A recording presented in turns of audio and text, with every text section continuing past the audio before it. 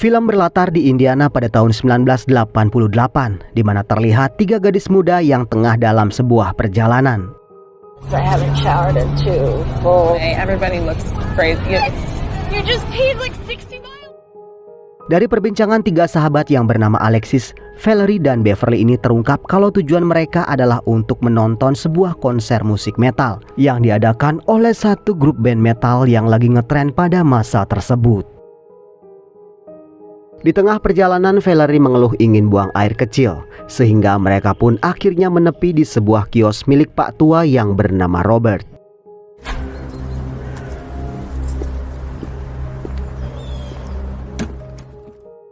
Di dalam kios terlihat Pak Robert menonton sebuah khotbah dari seorang pastor yang dikenal dengan nama Butler. Pastor ini menyebut kalau di masyarakat kini tengah berkembang sebuah aliran penyembah iblis yang disebarkan melalui konser-konser musik band metal.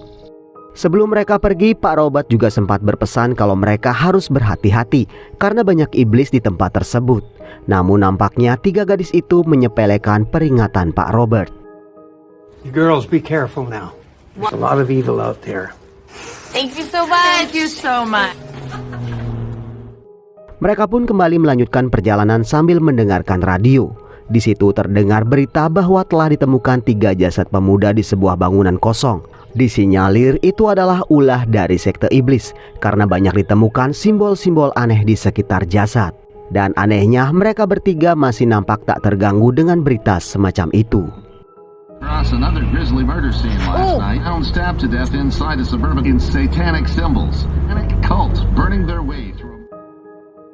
Saat melanjutkan perjalanan, mobil mereka dilempari sesuatu oleh pengendara lain. Damn it.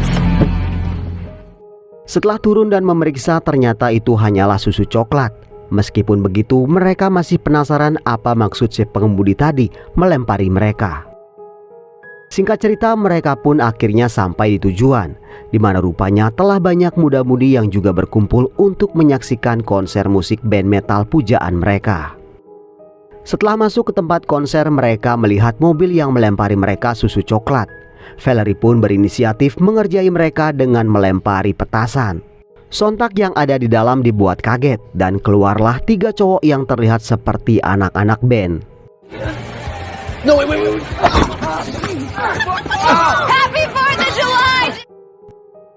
Bukannya pergi, 3 gadis itu malah menertawakan mereka. Alexis juga mengatakan kalau itu adalah balasan untuk susu coklat yang mereka lemparkan. Beruntung 3 pria itu tak tersinggung dan malah meminta maaf atas apa yang mereka lakukan. Disitulah akhirnya mereka pun memperkenalkan diri, di mana mereka bernama Ivan, Mark, dan si pirang yang bernama Kovac. Sebagai permintaan maaf, mereka pun membagi sebagian minuman yang mereka bawa.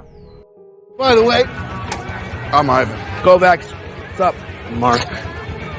Val and Beverly. Yeah, let's get out of here, please. Di sana mereka pun berbincang, di mana salah satu perbincangan yang lagi viral saat ini adalah penemuan jasad anak-anak muda yang dihabisi oleh para pemuja iblis. Kovac mendengar berita terkini menyebut kalau sudah ada 18 orang yang menjadi korban sekte iblis tersebut. Para gadis itu sepertinya tak takut mendengar berita semacam itu. Bahkan Alexis berani-beraninya mengajak 3 pria itu menonton konser bersama-sama. Let's go see the show.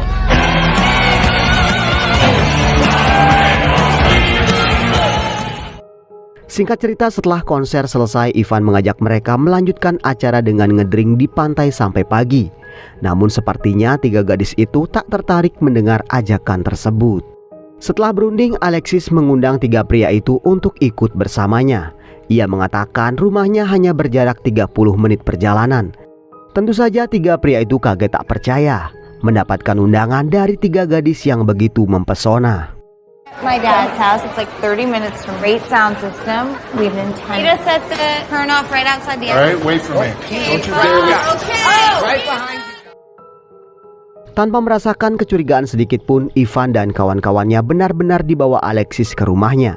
Karena ternyata Alexis sengaja melakukan itu lantaran ayah dan ibu tirinya sedang tak ada di rumah. 3 pria itu nampak begitu mengagumi rumah mewah Alexis.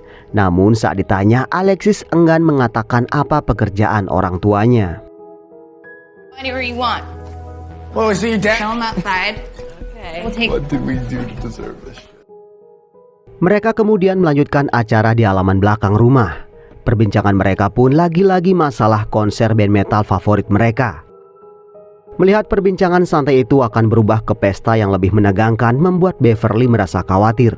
Ia takut kalau 3 pria itu mungkin bisa berbuat jahat karena mereka baru saja kenal. Tak lama Alexis mencari Beverly ke dalam. Di situ Alexis mencoba mengatakan kalau semuanya akan baik-baik saja. Ia meminta Beverly tenang karena tak akan terjadi apa-apa. Alexis kemudian meminta Beverly membawa semua minuman keluar.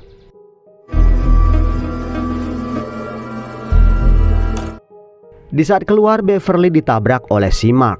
Melihat jaket Beverly basah kuyup, Mark pun memintanya memakai jaketnya. Disitulah tak sengaja Beverly menemukan pisau lipat di saku jaket Mark. Take that. Want me to help you make more? Hal itu membuat si Mark tiba-tiba salah tingkah. Beverly pun mengadukan hal itu pada Alexis. Dan lagi-lagi Alexis masih saja merasa kalau mereka bertiga bukan pria berbahaya. Dengan penuh ceria mereka pun mulai bersulang. Sambil berbincang, Alexis mengajak mereka bermain, di mana masing-masing dari mereka harus berani mengungkapkan sebuah pengakuan tentang satu hal paling buruk yang pernah mereka lakukan. You guys want to play a game? Never have I ever. You Nope. just go around in a circle. Sounds good. I'll go and then you'll pick it up. And if you don't. Alexis pun mendapatkan giliran yang pertama, yang dilanjutkan oleh yang lainnya. Setelah semua mengungkapkan pengakuan tentang kekonyolan mereka selama ini, giliran kembali kepada Alexis. Di saat Alexis mengungkapkan pengakuannya yang kedua, disitulah 3 pria itu kaget karena Alexis mengatakan kalau ia pernah memasukkan obat ke minuman seseorang. Pada awalnya mereka berpikir Alexis hanya bergurau. Tapi ketika Ivan melihat Mark mulai lemas dan rebahan di rumput, Ivan pun mulai sadar kalau Alexis tidak bercanda. The drug's somebody's drink. Oh, it's us? Saat Ivan menanyakan apakah Alexis memang benar telah memasukkan obat ke minuman mereka, Alexis malah tertawa. Berpikir Alexis berniat jahat padanya, Ivan pun mengajak 2 temannya pulang. Akan tetapi tak ada yang mendengarnya. Tak lama Ivan pun ikut-ikutan sakit kepala dan ia pun tertidur. Mark! No. Oh. Ivan. Melihat Ivan yang sudah tak sadar, Kovac mulai merasa kalau mereka bertiga sudah dijebak Alexis.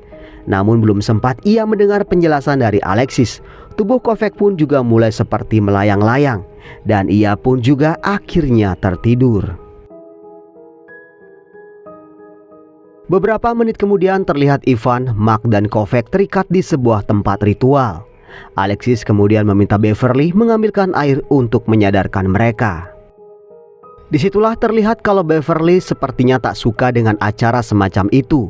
Saat ia ingin mengambil pisau, tiba-tiba Valerie datang mencarinya. Let's go. Go. Alexis lalu menyiram 3 pria tersebut. Setelah tersadar, Ivan pun kaget mendapati dirinya terikat dan berada di sebuah tempat ritual yang penuh dengan simbol-simbol aneh. Ivan pun juga sadar kalau ia dan juga 2 temannya akan dijadikan korban ritual. Shit. Listen, just let us go. Fucked up game this is.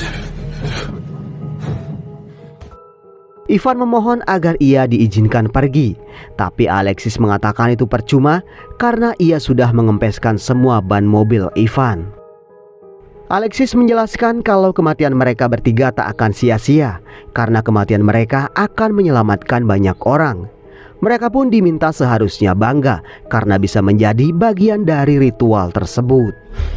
No, actually, those are out. Help! Fucking help!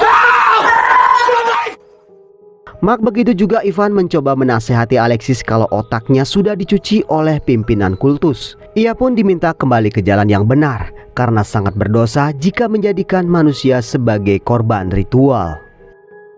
Dianggap berada di jalan yang salah, Alexis pun marah. Ivan yang terus memaki-maki Alexis karena kultusnya telah membunuh banyak orang, akhirnya ditikam pisau oleh Alexis. Sontak semua histeris melihat Ivan yang kemudian meregang nyawa. Pieces of shit that just invade towns and streets. There's no way.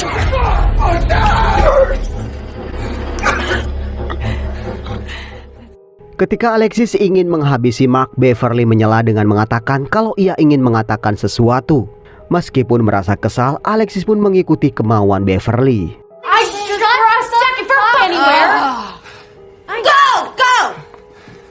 Setelah mereka bertiga keluar, Mark meminta Kovac mendekat dengan maksud agar mereka bisa saling melepaskan ikatan. Look at me. What are we supposed to do? You see my belt? Do it. See if you can cut the... Disitulah Beverly mengatakan agar Alexis memberinya kesempatan menghabisi Mark dan juga Kovac. Tentu hal itu membuat Alexis bangga akan keberanian si anak baru. Di saat mereka tengah berunding, tiba-tiba terdengar suara gaduh di ruang ritual. Di saat mereka kembali, rupanya Mark dan juga Kovac berhasil melepaskan diri. Alexis pun berhasil menikam Kovac, dan di saat yang sama, Mark juga berhasil memukul balik Alexis dan juga Valerie. You bleed to death slowly in there. Move! Alex, move! Ow! Di dalam gudang, Mark yang melihat pendarahan Kovac yang mengalir begitu deras mencoba mencari-cari sesuatu. Ia pun hanya menggunakan kabel untuk mengikat lengan Kovac yang darahnya terus mengalir. Sementara itu di luar, Alexis memaki-maki Beverly atas kekacauan yang ia sebabkan. Ia pun disuruh mengambil alat di gudang untuk mencongkel pintu.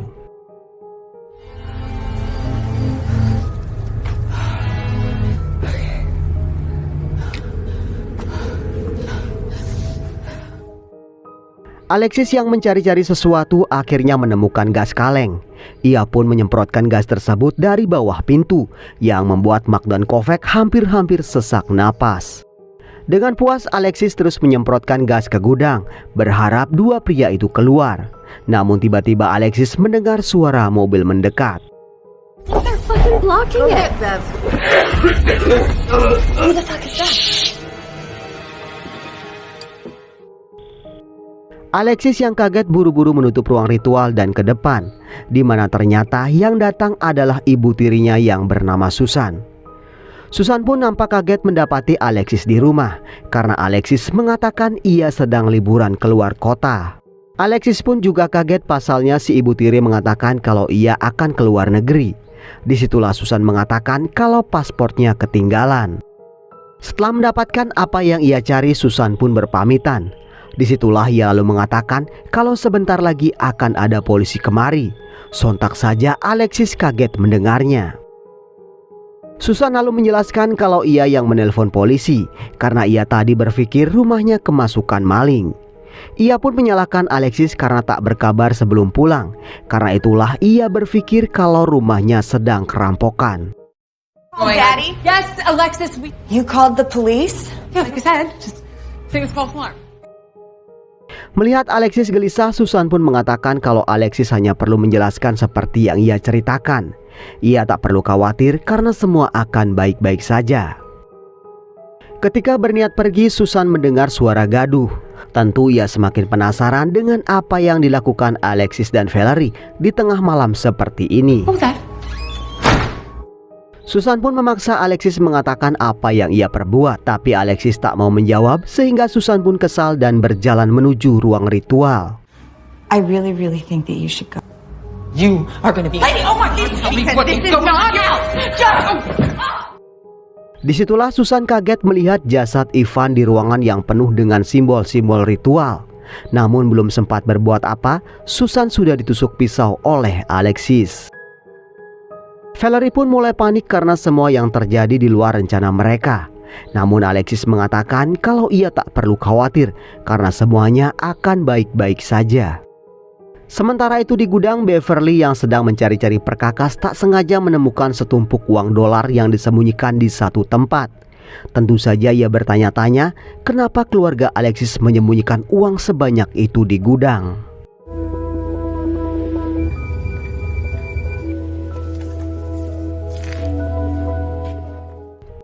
Sementara itu di dalam, Mark dan Kovac sudah mempersiapkan diri dengan botol di tangan mereka. Saat bersiap-siap menyerang, ternyata Alexis menyemprotkan api ke dalam gudang. Dengan terpaksa mereka pun harus menahan api terlebih dahulu. Saat Alice bersorak akan kemenangannya, tiba-tiba mereka kedatangan mobil patroli. Dengan kesal, Alexis pun akhirnya menemui si petugas. Disitulah Alexis mengatakan kalau itu hanya laporan emergensi palsu yang dilaporkan ibu tirinya. Ia pun meminta si Sheriff mengabaikan laporan tersebut dan segera pergi. Merasa ragu dengan jawaban Alexis, Sheriff yang bernama Bob itu meminta KTP Alexis. Alexis pun mengatakan ia punya, tapi ia tak mau menunjukkannya. Sheriff Bob yang tersinggung meminta Alexis menaruh kedua tangannya di atas kap mobil. Sontak Alexis kaget dan langsung kabur. You put both hands on top of the squad vehicle. Hey! Hey, stop! Sheriff Bob mengejar dan mendobrak pintu masuk. Saat mencoba mencari Alexis, ia malah menemukan jasad si ibu tiri dan Ivan di ruang ritual. Bukannya menelpon bantuan, Sheriff itu masih meminta Alexis keluar. Ia pun bertambah kaget karena yang keluar malah Mark dan juga si Kovac. Hey, don't shoot, please! I can see him. I said hands where I could see him, both of you. Now. Girls in this house that are trying to fucking kill us. They killed one of our friends in the other room. Mark mencoba menjelaskan apa yang terjadi, tapi si Sheriff tak percaya dan malah memborgol tangan si Mark. Saat itulah tiba-tiba Valerie mengambil pistol si Sheriff dan menembak kepalanya. Fucking making a big mistake, man. I said shut.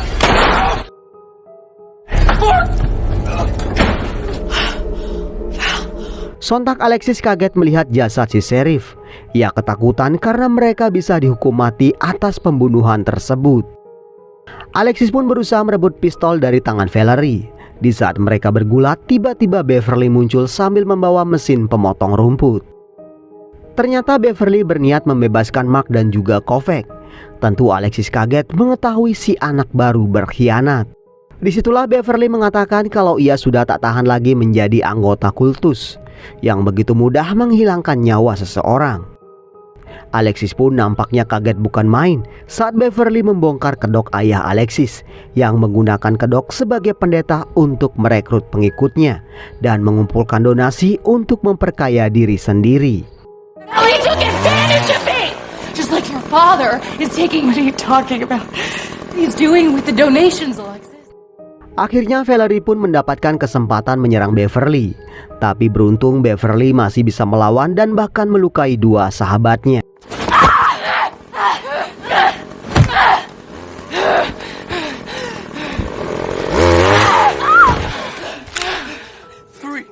Di saat itulah tiba-tiba Kovac keluar dan langsung menyerang Beverly. Beruntung Mark datang dan menyelamatkan Beverly dari amukan si Kovac. Sementara Alexis dan Valerie berhasil kabur. Dalam kondisi terluka parah, Kovac sempat syok karena kehabisan banyak darah. Tak ada pilihan lain, Mark pun berniat membawa Kovac ke rumah sakit. Akan tetapi, Beverly mengatakan kunci mobil dibawa Alexis. Tak cuma itu, masalah pun kembali bertambah karena saat Mark berusaha menemukan Alexis, tiba-tiba saja listrik padam. Alexis has them. Separate.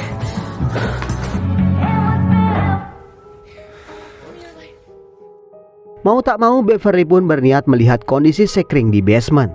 Tak ada pilihan lain, Beverly pun meninggalkan Kovac beserta pistol si Sheriff di tangannya. Tak lama setelah Beverly pergi, Kovac melihat cahaya lampu mobil. Berpikir itu adalah polisi yang lain, Kovac pun keluar untuk meminta bantuan.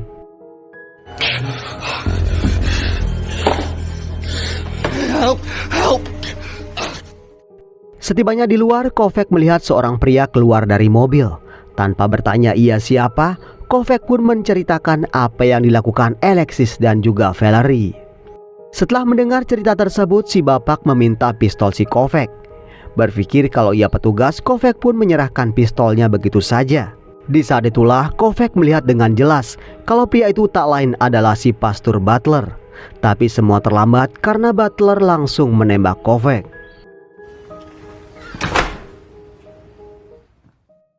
Butler kemudian ke dalam dan melihat kekacauan di tempat ritual.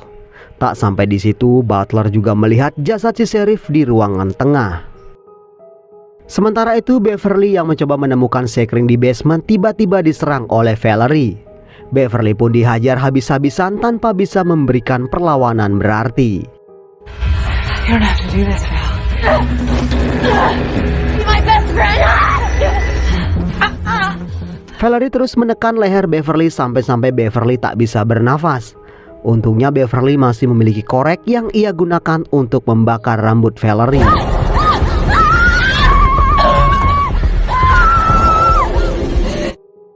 Sementara itu di lantai 2, Mark yang tengah mencari-cari kunci mobil akhirnya menemukannya di atas meja. Tapi tiba-tiba si Alexis muncul dan langsung menyerangnya.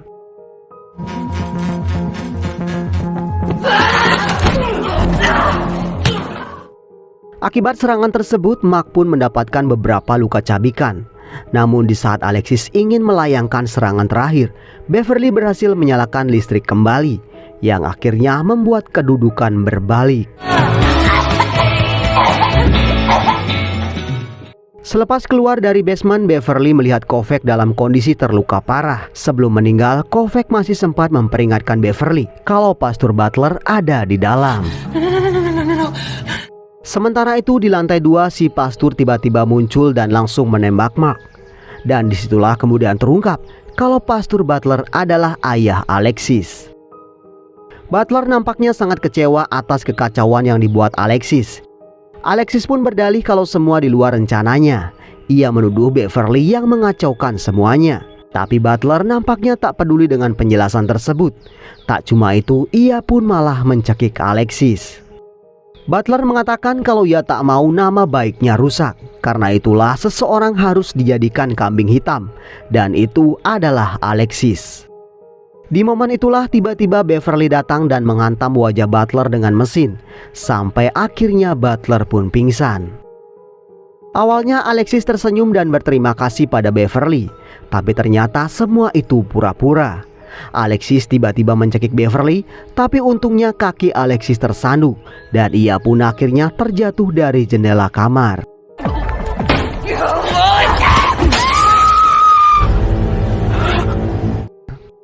Sesaat kemudian rupanya Mark masih bisa bertahan. Di saat mereka turun, Mark sempat melihat jasad Kovac di lantai. Tak ada waktu bersedih, Beverly pun mengajak Mark buru-buru pergi. Mereka lalu pergi dengan mobil Alexis. Namun tiba-tiba saja Alexis muncul di tengah jalan. Tanpa panjang pikir, Beverly pun langsung menancap gas dan menabrak gadis tersebut.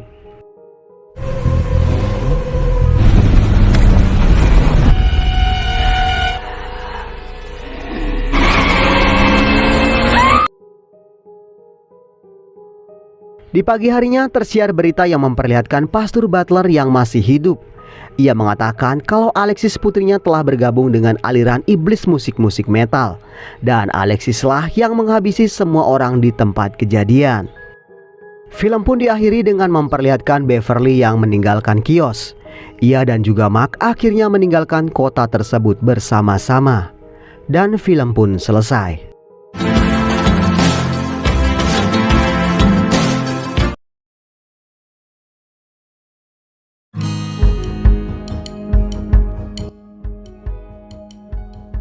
Jadi sebetulnya ayah Alexis adalah pimpinan dari sekte penyembah iblis. Tapi ia cukup cerdik menyembunyikan identitasnya dengan menjadi seorang pastor.